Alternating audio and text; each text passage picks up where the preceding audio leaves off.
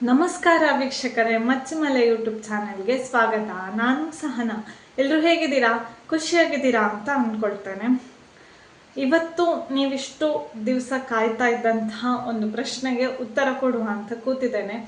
ನಾನೇ ಹೇಳಿದ ವಿಷಯ, ನಮ್ಮ ಮನೆಯ ಹಿರಿಯ ಸದಸ್ಯರಿಗೆ ಒಬ್ಬರಿಗೆ ಹುಷಾರಿಲ್ಲದಾಯಿತು ಅಂಥೇಳಿ ಏನು ಎತ್ತ ಅದೆಲ್ಲವನ್ನ ಹೇಳುವ ಅಂತ ಕೂತಿದ್ದೇನೆ. ಅದಕ್ಕಿಂತ ಮುಂಚೆ ನಿಮ್ಮೆಲ್ಲರ ಪ್ರೀತಿಗೆ ತುಂಬ ಧನ್ಯವಾದಗಳಾಯಿತಾ. ಯಾಕಂತ ಹೇಳಿದರೆ ನನ್ನ ವ್ಲಾಗ್ಸನ್ನು ತುಂಬ ಇಷ್ಟಪಟ್ಟು ನೋಡ್ತೀರಾ. ನಾನು ಹೋದಲ್ಲಿ ನನ್ನನ್ನು ಗುರುತಿಸ್ತೀರಾ. ನಾನು ಹೇಳುವ ವಿಷಯಗಳು ನಮ್ಮ ಜೀವನದಲ್ಲಿ ನಡೆಯುವಂತಹ ವಿಷಯಗಳೇ ಅಂತ ಹೇಳುವುದನ್ನು ನೀವು ನನಗೆ ವಾಪಸ್ ಅದನ್ನು ತಿಳಿಸಿ ಮನವರಿಕೆ ಮಾಡ್ತೀರಾ. ನನಗೆ ತುಂಬ ಖುಷಿ ಆಗ್ತದೆ ಇದರಿಂದ. ಮತ್ತೆ ಎಂತ ಅಂತ ಹೇಳಿದರೆ, ನನಗೆ ಎಷ್ಟೋ ಸಲ ನಾವು ದಿನ ಒಂದೇ ಥರ ಇರ್ಲಿಕ್ಕೆ ಆಗೋದಿಲ್ಲ. ಎಷ್ಟೊಂದು ಸಲ ನಾವು ಲೋ ಫೀಲ್ ಮಾಡ್ಕೊಳ್ತೇವೆ ನಮ್ಮ ಬಗ್ಗೆ. ಇಂಥ ಪಾಸಿಟಿವ್ ಕಮೆಂಟ್ಸ್ ಬಂದಾಗ ಓಕೆ, ನಾನಿನ್ನು ಮುಂದುವರಿಸಬಹುದು ಅಂತ ಹೇಳುವ ಒಂದು ಪಾಸಿಟಿವ್ ವೈಬನ್ನು ನಮ್ಗೆ ಅದು ಕೊಡ್ತದೆ. ಸೊ ನಿಮಗೆಲ್ಲರಿಗೂ ತುಂಬ ತುಂಬ ಧನ್ಯವಾದಗಳು. ಹಾಗಾದರೆ ನನಗೆ ನೆಗೆಟಿವೇ ಬರೋದಿಲ್ವಾ ಅಂತ ಹೇಳಿದರೆ, ನೆಗೆಟಿವ್ ಕಮೆಂಟ್ಸ್ಗಳು ಬೇಕಾದಷ್ಟು ಬರ್ತದೆ, ಇಲ್ಲ ಅಂತಲ್ಲ. ಒಂಥರ ಅವರೇ ಸ್ಫೂರ್ತಿ ಆಯಿತಾ. ಯಾಕಂತ ಹೇಳಿದರೆ ನಾವೇನೋ ಒಳ್ಳೆ ಕೆಲಸ ಮಾಡ್ತಾ ಇದ್ದೇವೆ, ಹಾಗಾಗಿ ನಮಗೆ ನಮ್ಮನ್ನು ದ್ವೇಷಿಸೋರು ಇದ್ದಾರೆ ಅಂತ ಹೇಳಿದ್ರು ಸಹ ನನಗೆ ಇದರಿಂದ ಗೊತ್ತಾಗ್ತದೆ. ಸೊ ಇರಲಿ, ಇದೆಲ್ಲ ಮನುಷ್ಯ ಅಂತ ಹೇಳಿದ ನಂತರ ಇದ್ದದ್ದೇ ಅಲ್ವಾ. ಆಮೇಲೆ ಒಂದಷ್ಟು ಜನ ಹೇಳಿದ್ದುಂಟು, ನೀನು ಎಂತ ಒಂದು ಹಳೇ ಅಜ್ಜಿ ಮಾತಾಡಿದಾಗೆ ಮಾತಾಡೋದು ಅಂತ. ಇದ್ದದ್ದನ್ನೇ ಇದ್ದ ಹಾಗೆ ಮಾತಾಡಿದರೆ ಅಜ್ಜಿಯರು ಮಾತಾಡಿದ ಹಾಗೆ ಕೇಳ್ತದಂತೆ. ಇರಲಿ, ಎಂತ ಮಾಡಲಿಕ್ಕೂ ಆಗೋದಿಲ್ಲ. ಈಗ ವಿಷಯಕ್ಕೆ ಬರ್ತೇನೆ. ನಮ್ಮ ಮನೆಯ ಹಿರಿಯ ಸದಸ್ಯರು ಅಂತಂದರೆ ನನ್ನ ಮಾವ, ನನ್ನ ಗಂಡನ ಅಪ್ಪ. ಇವರಿಗೆ ಎಂತಾಗಿತ್ತು ಅಂತ ಹೇಳಿದರೆ, ಓಪನ್ ಹಾರ್ಟ್ ಸರ್ಜರಿ ಆಯಿತು. ಬೈಪಾಸ್ ಓಪನ್ ಹಾರ್ಟ್ ಸರ್ಜರಿ ಆಗಿದೆ. ಸೊ ಇದು ಹೇಗೆ ಆಯಿತು ಅಂತ ಕೇಳಿದರೆ, 2 ವರ್ಷದಿಂದ ಮಾವ ಸುಸ್ತು ಅಂತೆಲ್ಲ ಹೇಳ್ತಿದ್ರು. ನಾವು ಹೃದಯಕ್ಕೆ ಸಂಬಂಧಿಸಿದಂಥ ವೈದ್ಯರನ್ನು ಕೂಡ ಭೇಟಿ ಆಗಿದ್ರು ಮಾವ 2 ವರ್ಷದ ಹಿಂದೆ. ಆಗ ಅವರು ಟ್ಯಾಬ್ಲೆಟ್ ಕೊಟ್ಟಿದ್ರು. ಆ ಟ್ಯಾಬ್ಲೆಟನ್ನು ಯೂಸ್ ಮಾಡ್ತಾಯಿದ್ರು 2 ವರ್ಷದಿಂದ. ಮತ್ತು ಇತ್ತೀಚೆಗೆ ಸುಸ್ತು ತುಂಬ ಜೋರಾಗ್ತಾ ಇತ್ತು. ಹಾಗೆ ಕಾಸರಗೋಡಲ್ಲಿ ಡಾಕ್ಟರನ್ನು ಮೀಟ್ ಆಗಿದ್ರು. ನೆಕ್ಸ್ಟ್ ಆಂಜಿಯೋಗ್ರಾಮ್ ಮಾಡಬೇಕು ಅಂತ ಹೇಳಿ ಆಯಿತು. ಅದಕ್ಕೆ ತಯಾರಾಗಿ ನಾವು ಹೋದದ್ದು ಇಲ್ಲಿ ಮನೆಯಿಂದ. ಹೋಗಿ ಸ್ಟಂಟೆಲ್ಲ ಹಾಕಿಸ್ಲಿಕ್ಕೆ ಇರ್ಬೋದು, ಹೇಗಾದರೂ 1-2 ಬ್ಲಾಕ್ ಇರಬಹುದು ಅಂತ ನಮಗೆ ಒಂದು ಮನದಟ್ಟಾಗಿತ್ತು ಇಷ್ಟು ಸುಸ್ತಾಗುವಾಗ. ಹಾಗಾಗಿ ಅದಕ್ಕೆ ಬೇಕಾಗಿ ಒಂದು ದಿನ ನಿಲ್ಲುವ ತಯಾರಿ ಮಾಡಿಕೊಂಡೆ ಕಾಸರಗೋಡಿಗೆ ಹೋದದ್ದು. ಆಂಜಿಯೋಗ್ರಾಮ್ ಮಾಡಿದಾಗ ನಮಗೆ ಗೊತ್ತಾಯಿತು, ಸ್ಟಂಟ್ ಹಾಕುವ ಹಾಗಿಲ್ಲ, ಅದು ಬೈಪಾಸ್ ಓಪನ್ ಹಾರ್ಟ್ ಸರ್ಜರಿ ಮಾಡಲೇಬೇಕಾದ ಸ್ಥಿತಿಗೆ ಬಂದಿದೆ. ಗಾಡಿ ಎಷ್ಟು ದಿನ ದೂಡ್ಬೋದು ಹಾಗಾದರೆ ಅಂತ ಹೇಳಿದ್ರು. ಹೋಗ್ಬೋದು, ಇದೇ ಥರ ಮಾತ್ರೆ ತಗೊಳ್ತಾ ಇದ್ರೆ ಸ್ವಲ್ಪ ದಿವಸ ಹೋಗ್ಬೋದು, ಆದರೆ ರಿಸ್ಕ್ ಯಾಕೆ, ಹೇಗೂ ಒಂದು ದಿವಸ ಮಾಡಿಸಲೇಬೇಕು, ಮಾಡಿಸಿ ಬಿಡುವ ಅಂತ ಹೇಳಿದರು. ಹಾಗಾದರೆ ಎಲ್ಲಿ ಬ್ಲಾಕ್ ಆಗಿತ್ತು ಅಂತ ಹೇಳಿದರೆ, ಎಡ ಅಪದ ಮನೆ ಅಂದರೆ ಮೇನ್ ಜಂಕ್ಷನ್ ಹೊರಡುವ ಎಡತ್ತಿನಲ್ಲಿ ಈ ಥರ ಎಲ್ ಶೇಪಿನಲ್ಲಿ ಬ್ಲಾಕ್ ಆಗಿತ್ತು. 3-4 ಒಂದೇ ನರದಲ್ಲಿ ಬ್ಲಾಕ್ ಇದ್ದ ಕಾರಣ ಆಪ್ರೇಷನ್ ಮಾಡಲೇಬೇಕಾಯಿತು. ಸ್ಟಂಟ್ ಹಾಕುವ ಹಾಗಿರಲಿಲ್ಲ. ಜಂಕ್ಷನಿಂದಲೇ ಹೊರಟ ಕಾರಣ, ಎಲ್ ಶೇಪಲ್ಲಿದ್ದ ಕಾರಣ ಸ್ಟಂಟ್ ಹಾಕುವ ಹಾಗಿರಲಿಲ್ಲ. ಹಾಗಾಗಿ ಮಾವನಿಗೆ ಆಪ್ರೇಷನ್ ಮಾಡಲೇಬೇಕಾಯಿತು. ಅಲ್ಲಿಂದ ನಾವು ಸೆಕೆಂಡ್ ಒಪಿನಿಯನ್ಗೋಸ್ಕರ, ಹಾಗಾದರೆ ಇನ್ನು ಆಪ್ರೇಷನ್ ಬೇಕಾ ಬೇಡವಾ ಅಂತ ಹೇಳಿ ಕೇಳೋ ಉದ್ದೇಶಕ್ಕೋಸ್ಕರ ನಾವು ಮಂಗಳೂರು ಡಾಕ್ಟರನ್ನು ಕನ್ಸಲ್ಟ್ ಆದಾಗ ಇಲ್ಲ, ಆಪ್ರೇಷನ್ ಆಗಬೇಕು ಅಂತ ಸೆಕೆಂಡ್ ಒಪಿನಿಯನಲ್ಲೂ ಬಂದ ಕಾರಣ ನನ್ನ ಮಾವನಿಗೆ ಮೇ 29ನೇ ತಾರೀಕು KMC ಜ್ಯೋತಿ ಸರ್ಕಲ್ನ ಹತ್ತಿರ ಇರುವ ಮಂಗಳೂರಲ್ಲಿ KMCಯಲ್ಲಿ ಬೈಪಾಸ್ ಓಪನ್ ಹಾರ್ಟ್ ಸರ್ಜರಿ ಆಯಿತು.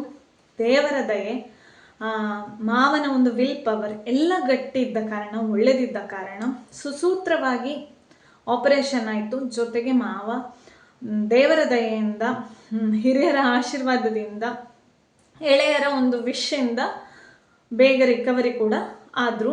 ಮತ್ತು ಮಾವನಿಗೆ BP ಶುಗರ್ ಇಂಥದ್ದೇನೂ ಇಲ್ಲದ ಕಾರಣ ಅದು ಕೂಡ ಒಂದು ಬೇಗ ರಿಕವರಿ ಆಗಲಿಕ್ಕೆ ಹೆಲ್ಪ್ ಆಯಿತು.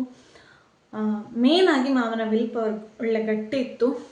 ಮನುಷ್ಯನಿಗೆ ಅದಕ್ಕೆ ಹೇಳೋದು, ಯಾವುದು ಗಟ್ಟಿಲ್ಲದ್ರೂ ಮನಸ್ಸು ಗಟ್ಟಿ ಬೇಕು. ನಾನೇನಾದರೂ ನಾನು ಮಾಡಿಯೇ ಮಾಡ್ತೇನೆ ಅಂತ ಹೇಳುವ ಆ ವಿಲ್ ಪವರ್, ನನಗೆ ಒಳ್ಳೆಯದಾಗಬೇಕು, ನಾನು ಮಾಡ್ತೇನೆ ಅಂತ ಹೇಳುವ ಆ ಒಂದು ಮನಸ್ಸು ಗಟ್ಟಿದ್ರೆ ಎಲ್ಲವೂ ಒಳ್ಳೆಯದಾಗ್ತದೆ ಅಂತ ಹೇಳೋದಕ್ಕೆ ಉದಾಹರಣೆ ನನ್ನ ಮಾವ ಅಂತ ಹೇಳಬಹುದು. ಹಾಗಾಗಿ ಅವರು ಬೇಗ ರಿಕವರಿ ಆದರು. ಈಗ ಸುಧಾರಿಸ್ಕೊಳ್ತಾ ಇದ್ದಾರೆ. 3 ತಿಂಗಳ ಕಡ್ಡಾಯ ರೆಸ್ಟ್ ಬೇಕು, ಏನು ಕೆಲಸ ಮಾಡದೆ. ಹಾಗಾಗಿ ಅವರು ರೆಸ್ಟಲ್ಲಿದ್ದಾರೆ. ನಿಮಗೆ ಇಲ್ಲಿ ಒಂದು ಕ್ಲಿಪ್ಪಿಂಗ್ ಹಾಕ್ತೇನೆ, ಕಾಣಬಹುದು. ಇದು ಮಾವ ಮನೆಗೆ ಡಿಸ್ಚಾರ್ಜ್ ಆಗಿ ಬಂದ ದಿವಸದ ವಿಡಿಯೋ. ಮಕ್ಕಳಿಗೆ ಅಜ್ಜನಿಗೆ ಹುಷಾರಿಲ್ಲ ಅಂತ ಹೇಳೋದು ಗೊತ್ತಾಗಿದೆ, ಹಾಗೆ ಅಜ್ಜನಿಗೆ ಆಪರೇಷನ್ ಆಗಿದೆ ಅಂತ ಹೇಳೋದು ಗೊತ್ತಿತ್ತು. ಎಲ್ಲಿಗೆ ಅಂತ ಹೇಳಿ ಕೇಳಿದರೆ ಹೃದಯಕ್ಕೆ ಆಪರೇಷನ್, ಎಲ್ಲವನ್ನೂ ವಿವರಿಸಿದ್ದೆ ಮಗನಿಗಾಗಲಿ. ಮಗಳಿಗೆ ಅಷ್ಟು ಗೊತ್ತಾಗೋದಿಲ್ಲ, ಆದರೆ ಮಗನಿಗೆ ಎಲ್ಲವನ್ನೂ ವಿವರಿಸಿದ್ದೆ. ಅವನನ್ನು ಹೆದರಿಸುವ ಉದ್ದೇಶ ನನಗೆ ಅವನನ್ನು ಹೆದರಿಸೋದು ನನಗೆ ಇಷ್ಟ ಇರಲಿಲ್ಲ. ನೋಡಿ ಹೀಗಾಗ್ತದೆ, ಇದರಿಂದ ಈ ಥರ ಆಗ್ತದೆ ಅಂತ ಹೇಳಿ ಹೆದರಿಸೋದು ನನಗೆ ಯಾವ ವಿಷಯಕ್ಕೂ ಇಷ್ಟ ಇಲ್ಲ. ಬಟ್ ಆ ವಿಷಯವನ್ನು ಮನವರಿಕೆ ಮಾಡಿಸೋದು ಅಂದರೆ ನನಗೆ ಅದುವೇ ಒಂದು ಜೀವನದ ಪಾಸಿಟಿವ್ ಅಂತ ನಾನು ಅಂದ್ಕೊಳ್ತೇನೆ. ಹಾಗಾಗಿ ನಾನು ನನ್ನ ಮಗನಿಗೆ ಯಾವುದೇ ವಿಷಯದಲ್ಲಿ ಸುಳ್ಳು ಹೇಳೋದಿಲ್ಲ. ಬದಲಾಗಿ ಅವನಿಗೆ ಹೇಳಬಾರದಂಥ ವಿಷಯ ಇದ್ದರೆ ಆ ಪ್ರಾಯಕ್ಕೆ ಅದನ್ನು ಇನ್ಯಾವ ರೀತಿ ಹೇಳ್ಬಹುದು ಅಂತ ಹೇಳುವ ಒಂದು ಪರ್ಯಾಯ ವಿಷಯವನ್ನು ನಾನು ಹುಡುಕ್ತೇನೆ ಅವನಿಗೆ ಅರ್ಥ ಮಾಡಿಸುವ ರೀತಿಯಲ್ಲಿ. ಹಾಗಾಗಿ ಅವನಿಗೆ ವಿವರಿಸಿದ್ದೆ ಅಜ್ಜನಿಗೆ ಏನಾಗಿದೆ ಅಂತ ಹೇಳಿ. ಅವನು ಕೂಡ ಅದಕ್ಕೆ ಒಗ್ಗಿಕೊಂಡಿದ್ದ ಆ ವಿಷಯಕ್ಕೆ, ಮತ್ತು ಅವನು ಭಯ ಕೂಡ ಪಟ್ಟಿರಲಿಲ್ಲ. ಆದರೆ ಅವನು ಆಪ್ರೇಷನ್ ಆಗಿ ವಾರ್ಡಿಗೆ ಶಿಫ್ಟ್ ಮಾಡಿದಾಗ ಅಲ್ಲಿಗೊಮ್ಮೆ ಕರ್ಕೊಂಡು ಹೋದಾಗ ಅಜ್ಜ ಮಲಗಿದ್ದು ನೋಡಿ ಒಮ್ಮೆ ಛೆ ಅಂತ ಆಯಿತು ಬಿಟ್ಟರೆ ಮತ್ತೆ ಅವನ ಅಜ್ಜನ ಹತ್ರ ಹೋಗಿ ಮಾತನಾಡಿಸೋದೇ ಇಲ್ಲ, ಆರಾಮದಲ್ಲಿ ಮಾಡಿದ್ದ. ಇದು ನಾನೀಗ ನೀವಿಲ್ಲಿ ನೋಡ್ತಾ ಇರೋದು ಅಜ್ಜ ಮನೆಗೆ ಬಂದ ವಿಡಿಯೋ. ಮಕ್ಕಳು ಭಾರಿ ಸಂಭ್ರಮದಲ್ಲಿ ಕುಣಿದಾಡಿದ್ರು, ಅಜ್ಜ ಬಂದರು ಅಂತ. 10 ದಿವಸದಿಂದ ಅಜ್ಜ ಕಾಣದೆ ಅವರಿಗೆ ಭಾರಿ ಉದಾಸೀನಾಗಿ ಹೋಗಿತ್ತು. ಸೊ ಇದು ಅಜ್ಜ ಮನೆಗೆ ಬಂದ ಸಂಭ್ರಮದ ವಿಡಿಯೋ ಮಕ್ಕಳದ್ದು. ನಮಗೆಲ್ಲ ಹೇಗಾಯಿತು ಆಪ್ರೇಷನ್, ಆಮೇಲೆ ಹೇಗೆ ನಿಮಗೆ ಅನಸ್ತೇಶ ಕೊಟ್ಟಾಗ ಎಂತಾಯಿತು, ಇದ್ದದ್ದನ್ನೆಲ್ಲ ಕೇಳುವ ಒಂದು ಕ್ಯೂರಿಯಾಸಿಟಿ ಇತ್ತು. ಅದನ್ನೆಲ್ಲ ನಮಗೆ ವಿವರಿಸಿದರು. ಒಂದು ಮನೆಯಲ್ಲಿ ನಮಗೆ ಫಸ್ಟ್ ಟೈಮ್ ಈ ಥರ ಒಂದು ಎಕ್ಸ್ಪೀರಿಯನ್ಸ್ ಹೀಗೆಲ್ಲ ಆಗೋದು. ಲೋಕದಲ್ಲಿ ಎಲ್ಲರಿಗೂ ಆಗ್ತದೆ, ಆದರೆ ನಮ್ಮ ಮನೆಯಲ್ಲಿ ನಮಗೆ ಈ ಥರ ಒಂದು ಫಸ್ಟ್ ಎಕ್ಸ್ಪೀರಿಯನ್ಸ್. ಸೊ ಈಗ ದೇವರ ದಯೆಯಿಂದ ಮಾವ ಆರಾಮದಲ್ಲಿದ್ದಾರೆ. ನಾನು ಈಗ ಒಂದು ಕ್ಲಿಪ್ಪಿಂಗ್ ಹಾಕ್ತೇನೆ, ನೋಡಿ. ಒಂದು ಹಾಯ್ ಮಾಡಿ ಮಾವ.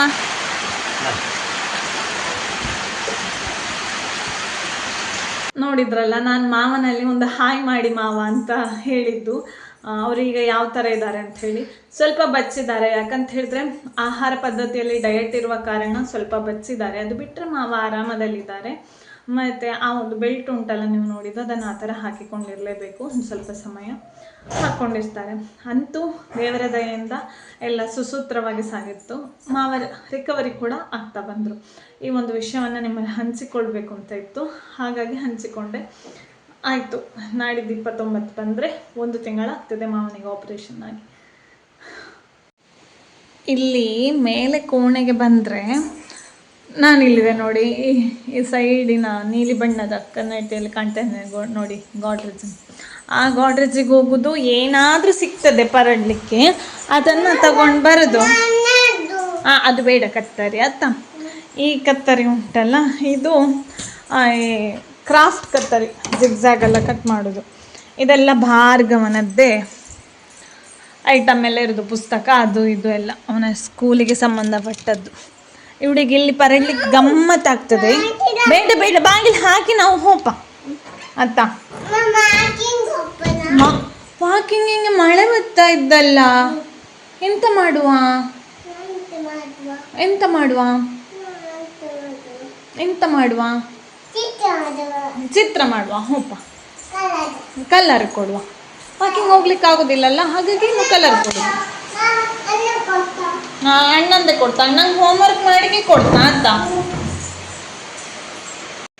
ಎಷ್ಟಾಯ್ತು ಕಂದ ಹೋಮ್ವರ್ಕು? ಇದೆಂತ ಓ ಅದೆಂತ ಚೆಂದ ಇದ್ದಿಲ್ಲ ಇಂದು, ಏನು ಚೆಂದ ಇದ್ದಿಲ್ಲ. ಇದು ಎಷ್ಟು ಚೆಂದ ಇದು, ಇದು ಚೆಂದವೇ ಇದಿಲ್ಲ ಇಂದು. ಪರ್ಸು ಗುಡ್ಡು ಕೊಟ್ಟಿದ್ದಾವಲ್ಲ, ಕೊಡ್ತಾವ. ಇನ್ನೂ ಚಂದ ಬರೆದ್ರೆ ಸ್ಟಾರ್ ಕೊಡ್ತಾವ. ಇಷ್ಟು ದಿನಕ್ಕೆ ಇವತ್ತೇ ಒಂದು ಸ್ವಲ್ಪ ಮಳೆ ಬಂದದ್ದು ಆಯ್ತಾ, ಬಿಟ್ಟಾದರೂ ಬಂದದ್ದು ಇವತ್ತೇ ಸ್ವಲ್ಪ ಜಾಸ್ತಿ ಮಳೆ. ಇವಳು ನೋಡಿ ಅಲ್ಲಿ ಮಳೆ ನೀರು ದಂಬೆಯಲ್ಲಿ ಹೋಗಿ ಬೀಳ್ತಾ ಉಂಟಲ್ಲ, ಅಲ್ಲಿಗೆ ಹೋಗಿದ್ದಾಳೆ. ಇಲ್ಲಿಂದ ನಾನು ಬೊಬ್ಬೆಡಿದ್ರೆ ಅವಳಿಗೆ ಕೇಳ್ತದ ಇಲ್ಲ ಮಳೆ ಶಬ್ದಕ್ಕೆ. ನೀರಿನ ಅಪಾಯ ಆಗೋದು ಹೀಗೆ, ನೀರಿಗೆ ಹೋಗಿ ಅಪಾಯ ಆಗೋದು ಹೀಗೆ ನೋಡಿ. ಕಣ್ ತಪ್ಪಿಸ್ತು. ಇವನು ಸಹ ಓಡಿದ್ದ.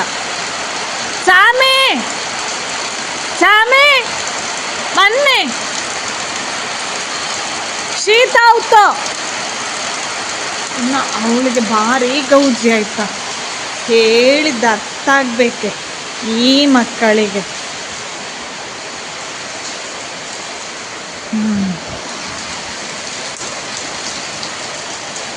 ನಾನು ಹೋಗ್ತಾ ಇದ್ದೆ, ಅವನ್ನೆಲ್ಲ ಬಗ್ಗೆ ನೋಡ್ಕೊಳ್ತಿದ್ದಾನೆ. ಅಮ್ಮ ಬಂದ ಅಂತ ಅಲ್ಲಿ ವಿಡಿಯೋ ಮಾಡೋದು ಕಾಣುತ್ತಾ ಇಲ್ಲಲ್ಲ, ಅದಕ್ಕೆ ನೋಡ್ಬೇಕು. ದಂಬೆ ನೀರಿಲ್ಲ ಆಡ್ತಯ ಆರು ಹೇಳದ್ದೆ ಕೇಳದ್ದೆ ಬಂದದ್ದು ಇಲ್ಲಿಗೆ, ಹೇಳದ್ದೆ ಕೇಳದ್ದೆ ಬಂದದ್ದು ಯಾರು ಇಲ್ಲಿಗೆ?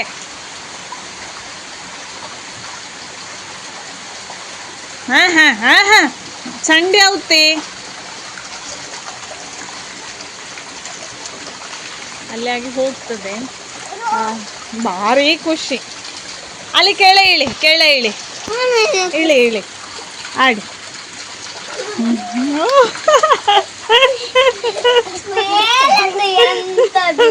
ಹೆಂಗ ಮಗ ಏಲಿ ಅಂದಂಗದ್ದು ನೀನು, ಅದಕ್ಕೆ ಹೇಳಿದ ಹಂಗೆ ಕೋಳಿ ಆತ ಈಗ ಆಡು. ಮತ್ತೆ ಇನ್ನು ಹಂಗೆ ಚಂಡಿ.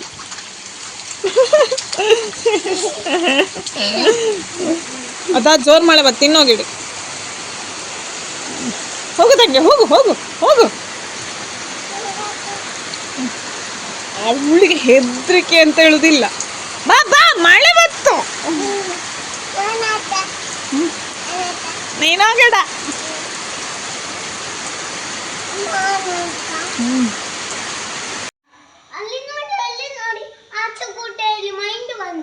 ಮೈಂಡ್ ಬಂದಿದಾ?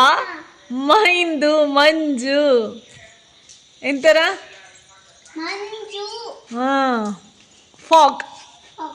ಮೈಂಡ್ ಬಂದಿದೆ.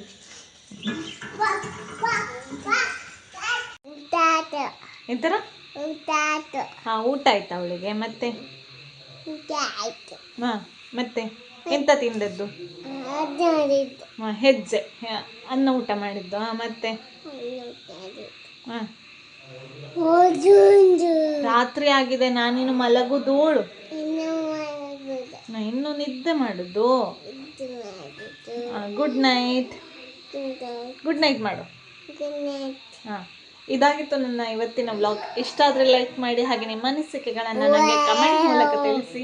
ಮತ್ತೆ ಈ ವಿಡಿಯೋವನ್ನು ಇನ್ನೊಬ್ಬರಿಗೆ ಶೇರ್ ಮಾಡೋದು ಕೂಡ ಮರಿಬೇಡಿ. ಮತ್ತೆ ಮುಂದಿನ ವ್ಲಾಗಲ್ಲಿ ಸಿಗ್ತೇನೆ. ಅಲ್ಲಿವರೆಗೆ ನಮಸ್ಕಾರ. ನಮಸ್ತೆ ಮಾಡು.